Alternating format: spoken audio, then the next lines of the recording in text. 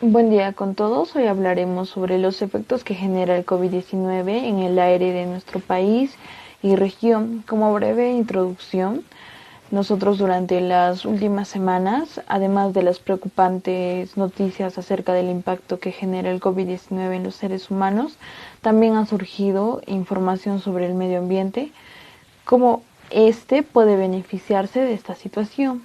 Medidas como el aislamiento social y la reducida movilidad de personas han hecho que muchas de nuestras actividades habituales se detengan, con sus respectivas consecuencias ambientales en el aire, como el agua y en la biodiversidad.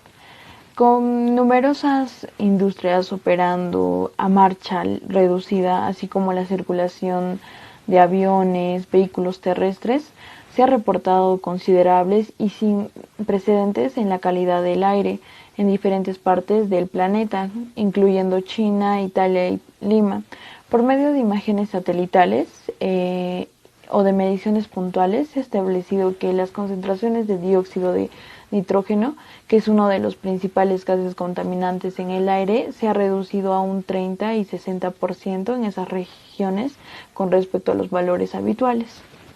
COVID-19, conocida como el coronavirus, es una enfermedad infecciosa y contagiosa, causada por el coronavirus 2 del síndrome respiratorio agudo severo. Como síntomas tiene la fiebre, la tos, dolor de garganta, dolor de espalda, problemas respiratorios y la pérdida del gusto, causando daño a los pulmones. El mecanismo de transmisión de animal a humano, el modo en el que se puede transmitir el virus de la fuente animal a los primeros casos humanos es un caso desconocido. Por otro lado, la infección de humano a humano se produce a través del contacto directo con las secreciones respiratorias que se produce sobre todo al respirar o al tener contacto con otras personas. Para evitar un contagio de COVID-19 tenemos que evitar un distanciamiento de 1,5 metros a 2 metros, lavarnos la mano durante 20 segundos, no tocarnos el rostro y siempre andar con mascarilla. Principales medidas preventivas. La Organización Mundial de la Salud recomienda el aislamiento por 14 días luego de una alta hospitalaria, debido a que últimos estudios reflejaron que el virus se puede transmitir luego de estos primeros 14 días. Criterio de casos. Casos sospechosos. Son aquellos casos donde el paciente tiene antecedentes clínicos respiratorios. También pueden ser los donde el paciente tenga antecedentes de que haya estado en contacto con personas contagiadas. Casos confirmados. Son los casos de pacientes que dieron positivo a las distintas pruebas que hay hoy en día. Pueden ser sintomáticos o asintomáticos. Casos confirmados con requerimiento de ingreso a UCI. Son los casos confirmados graves que cumplen con los distintos criterios para ingresar a una cama UCI. El tratamiento. Como sabemos, para hoy en día hasta el momento no se ha identificado un medicamento que sea posible de detener esta enfermedad. En Cuba se desarrolla un protocolo que se encuentra en constante actualización para enfrentar la enfermedad, que cumple con las siguientes medidas. Medidas generales en pacientes no complicados, medidas específicas en centros de atención a sospechosos, medidas específicas en hospitales, medidas generales en UCI y medidas especiales en UCI. El aire y el COVID-19 y la influencia del mismo en su calidad. Primero que nada, cabe enfocar que el aire es un elemento esencial para el desarrollo de nuestra especie y de todos los que vivimos en el planeta Tierra.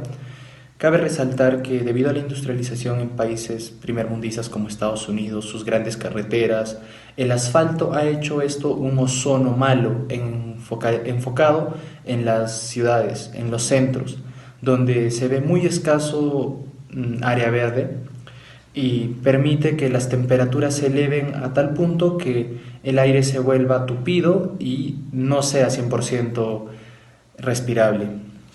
Ahora voy a tocar el tema sobre el COVID-19. Quiero enfocarme en el ECA aire, en el MINAM 2019, que nos dan cifras muy prometedoras a inicios de la pandemia, que a los primeros 4 días del arranque de la misma se vio unos picos muy bajos y fueron muy buenos, ya que se respiró un aire 2.5 de partículas por millón que no se había visto en años anteriores.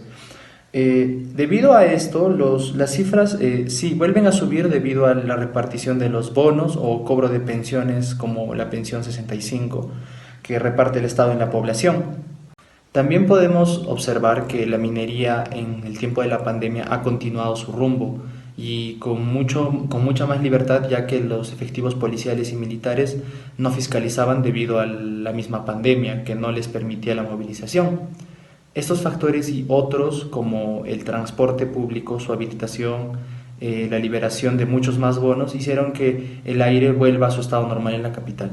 Otro de los factores que permitió que las cifras volvieran a sus números normales fue la liberación del Estado para que ciertas empresas o fábricas pudieran trabajar con trabajadores en doble turno. La capa de ozono y los cambios que se pueden observar a nivel mundial. Bueno, la capa de ozono es una capa ubicada en la estratosfera. Esta capa cumple las funciones de protegernos de los rayos dañinos producidos por el Sol, como son los rayos ultravioleta. Esta capa fue descubierta en 1913 y es desde ese entonces en que se le ha atribuido mayor importancia poco a poco. Bueno, a pesar de haber tomado acciones o llevado a cabo protocolos como es el protocolo de Montreal, en donde se favorece a la eliminación de los gases producidos por el origen humano, se descubrió que a mediados del 2020 se había producido un agujero en la capa de ozono. Este agujero tenía la circunferencia de 24,8 kilómetros cuadrados y bueno, esta está ubicada en la Antártida. Sin embargo, nuevos estudios realizados en diciembre del año pasado y enero de este año demostraron que esta capa ya se había cerrado. Esto principalmente le atribuimos a la cuarentena llevada a cabo por los gobiernos, ya que por la situación del COVID-19, donde los gobiernos tomaron la decisión de mantener a los habitantes en sus domicilios, se habría reducido considerablemente la emisión de los tipos de gases dañinos para la capa y así favoreciendo su rápida recuperación.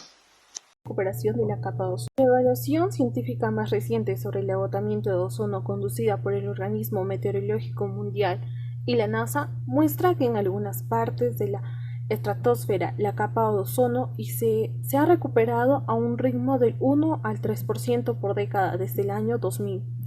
Se estima que para el 2031 el hemisferio norte se cerrará completamente, asimismo para el hemisferio sur, pero es el tiempo estimado para el 2060. Pero ¿cuál es el estado del agujero de la capa de ozono? ¿Cuáles son sus efectos? Según las últimas mediciones de la NASA, el tamaño del agujero de la capa de ozono en septiembre de 2018 es de 23 millones de kilómetros al cuadrado, casi la misma cantidad de superficie de América del Norte, donde se estima que es 24,7 millones de kilómetros al cuadrado. Este año hubo una reducción del 2% gracias a la pandemia. Así llegamos a la conclusión.